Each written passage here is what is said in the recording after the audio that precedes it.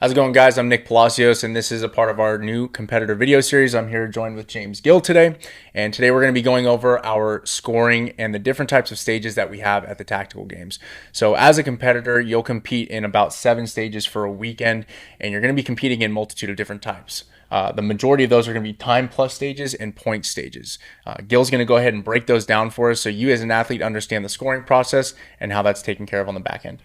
Now, our time plus stages are the most common stage that you're going to see.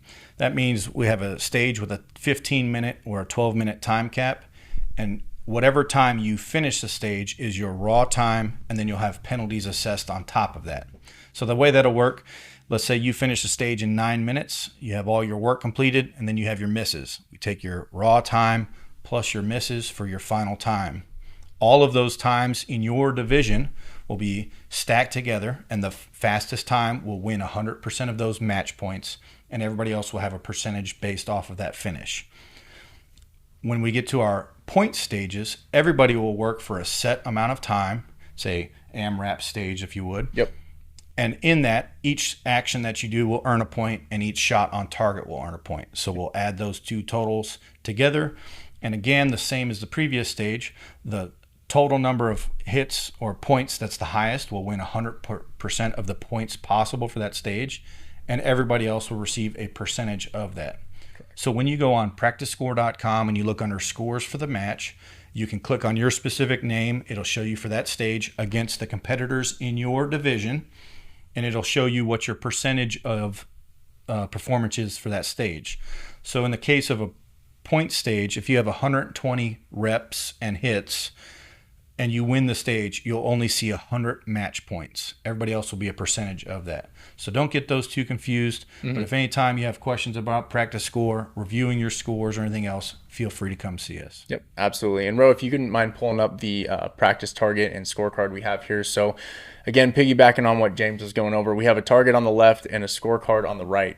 So for example, if this was a time plus point stage, and you're John Smith and your athlete number is 1-1.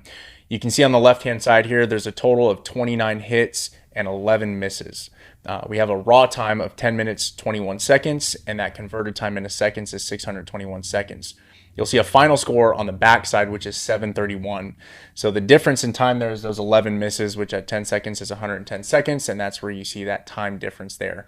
James, if you want to, we can use the same example here for a point stage and just throw in some arbitrary points. Now, in this case, if it was a point stage, there would be no time because everybody would have the same time. So whatever hits you had, that would be the number of points you had on that stage.